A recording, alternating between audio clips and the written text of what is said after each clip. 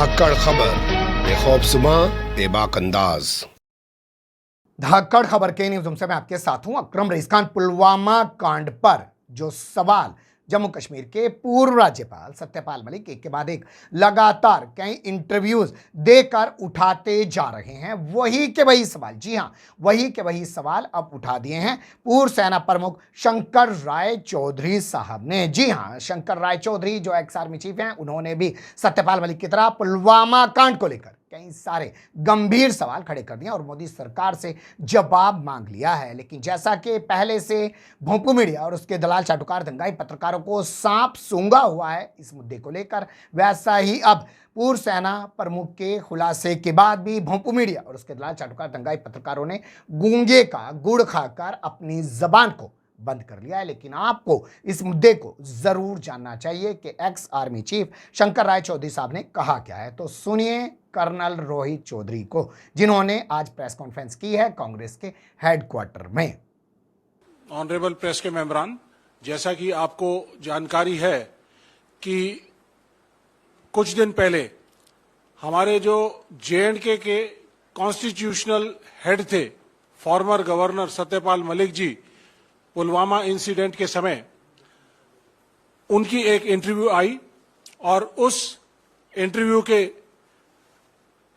जरिए उन्होंने पुलवामा में जो घटना घटी, जो हमारे 40 जवान शहीद हुए, उसके बारे में बहुत ही सीरियस सवाल देश के सामने रखे और उन्होंने ये माना कि ये एक बहुत बड़ी इंटेलिजेंस फेलियर हुआ, ऑपरेशनल फेलियर हुआ और इनकॉम्पिटेंस की तरफ इशारा किया सीआरपीएफ के लिए और मिनिस्ट्री ऑफ होम के लिए।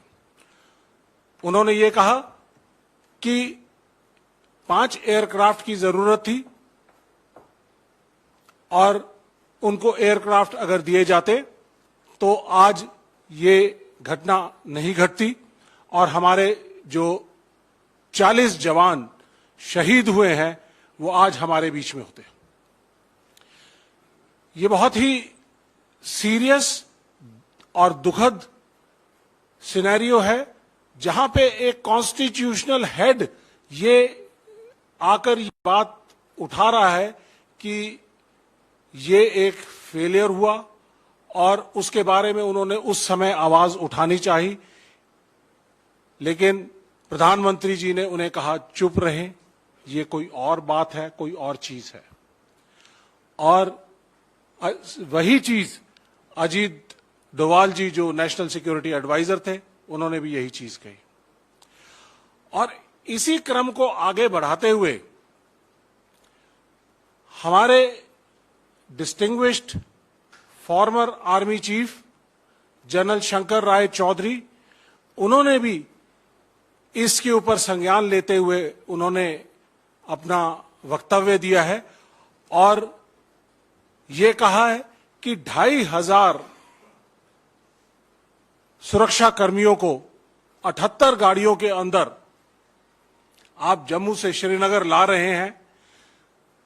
रोड ओपनिंग की ड्रिल है, रोड ओपनिंग पार्टीज होती हैं, कोई भी बड़ी कॉन्वॉय अगर चलती है तो उसके अंदर एंटी आईईडी जैमर्स पहले चलते हैं, रोड की सैनिटाइजेशन की जाती है और जितने भी laterals, arterial roads, link roads, highway को ज्वाइन करते हैं, उन्हें कवर किया जाता है ताकि कोई मिलिटेंट या कोई मिस एडवेंचर एक्टिविटी ना कर सके। और सत्यपाल मलिक जी ने भी ये अपने वक्तव्य में कहा है कि लिंक रोड पर कोई जिप्सी नहीं थी, कोई मैन पावर नहीं थी, कोई डिफेंस फोर्सेस नहीं थी। तो ये एक बहुत ही बड़ी ऑपरेशनल लैप्स है। जनरल शंकर राय चौधरी ने ये कहा कि अगर जहाज सीआरपीएफ को दिए जाते तो आज ये दुर्घटना नहीं घटती। इसके अलावा इंटेलिजेंस की जो इनपुट्स पिछले कुछ एक महीने से 2 जनवरी से लेके और 13 फरवरी तक लगातार आ रही थी कि कोई भी मिलिटेंट एक्टिविटी हो सकती है, वारदात हो सकती है, सॉफ्ट टारगेट है कॉन्वॉयज, उनके ऊपर मिलिटेंट एक्टिविटी हो सकती है, अटैक हो सकता है, एम्बुश हो सकता है। उसके बावजूद उसके ऊपर कोई एक्शन नहीं लिया गया। इसके अलावा सत्यपाल मलिक जी ने भी कहा और उसको रीइंफोर्स किया जनरल शंकर रॉय चौधरी जी ने कि 300 किलो आरडीएक्स अगर एक गाड़ी के अंदर 10 से 12 दिन वहां पर घूम रहा है तो इसका मतलब ये बहुत बड़ी एक साजिश थी और एक बहुत बड़ी इंटेलिजेंस और सिक्योरिटी फेलियर था। हम लोगों ने उस इलाके में काम किया है। अगर 10-15 किलो आरडीएक्स भी आसपास कहीं पता चलता है कि किसी इलाके के अंदर है तो पूरी की पूरी सिक्योरिटी फोर्सेस अलर्ट हो जाती हैं और उस एक्सप्लोसिव को और उसके सोर्स को ढूंढने की कोशिश करती हैं और निष्क्रिय करने की कोशिश करती हैं। लेकिन मुझे अचरज है इस बात का कि 300 किलो आरडीएक्स 10 से 12 दिन तक एक गाड़ी के अंदर घूम रहा है और सिक्योरिटी फोर्सेस को या इंटेलिजेंस नेटवर्क को ये जानकारी नहीं हुई। और जो अगर ये जानकारी, पुख्ता जानकारी अगर आगे पास की जाती और इनको मिलिटेंट्स को अगर पकड़ा जाता तो आज ये सभी शहीद जवान हमारे बीच होते।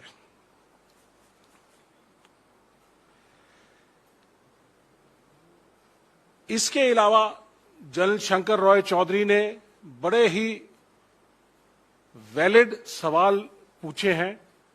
उन्होंने कहा है, कोट, ये अंग्रेजी में है, the primary responsibility behind the loss of lives in Pulwama rests on the government headed by Prime Minister. And he also says NSA who advised him should also get his share of blame for the intelligence failure. क्या कोई responsibility या accountability इस failure की किसी के ऊपर fix की गई? मिनिस्ट्री ऑफ होम के ऊपर फिक्स की गई, सीआरपीएफ के कमांडर्स के ऊपर फिक्स की गई या नेशनल सिक्योरिटी एडवाइजर के ऊपर फिक्स की गई? जो बेसिक, जो मूलभूत ढांचा है उसके हिसाब से जो इंटेलिजेंस इनपुट्स देने की जो जिम्मेदारी है आईबी की, रॉ की और इंटेलिजेंस एजेंसीज की, वो नेशनल सिक्योरिटी एडवाइजर के ज्यूरिसडिक्शन के अंदर आता है। और ये पुख्ता सबूत, जो पुख्ता इंफॉर्मेशन है, ये सिक्योरिटी फोर्सेस को क्यों नहीं दी गई? और अगर ये दी जाती तो शायद ये इंसिडेंट नहीं होता। मोटे तौर पे जनरल रॉय चौधरी ने कहा है, फिर दोबारा से मैं उनकी कोट करता हूं, it's a slip up that the government is trying to wash its hands off, कि सरकार अपनी गलतियों को छुपाना चाहती है और लोगों को इसके बारे में नहीं बताना चाहती। ये बहुत ही सीरियस सवाल हैं जो कि सिक्योरिटी एजेंसीज जो वहां पर अपनी जान को जोखिम में डालकर देश की एकता और अखंडता को बचाने के लिए J&K के अंदर और बॉर्डर्स के ऊपर और नॉर्थ ईस्ट के अंदर जो अपनी अनफ्लिंचिंग लॉयल्टीज के साथ वहां पर काम कर रहे हैं, और अगर उनको जो बैकबोन सपोर्ट इंटेलिजेंस नेटवर्क की मिलनी चाहिए, अगर वो ना मिले तो उनके लिए बड़ा ऑपरेट करना बड़ा मुश्किल हो जाएगा। तो इन सब चीजों का संज्ञान और आप लोगों को बताते हुए मैं डिफेंस फ्रेटर्निटी की तरफ से और देश के सैनिकों की तरफ से और देश की तरफ से ये मैं सवाल उठाना चाहता हूं कि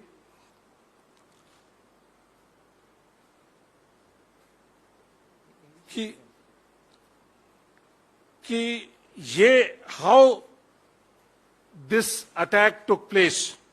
Nation wants to know that why and how this attack took place.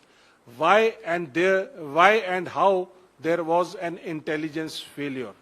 Why and how the accountabilities were not fixed on CRPF, MHA, NSA, PMO, and why and how the RDX has been floating around in that general area for 10 to 12 days.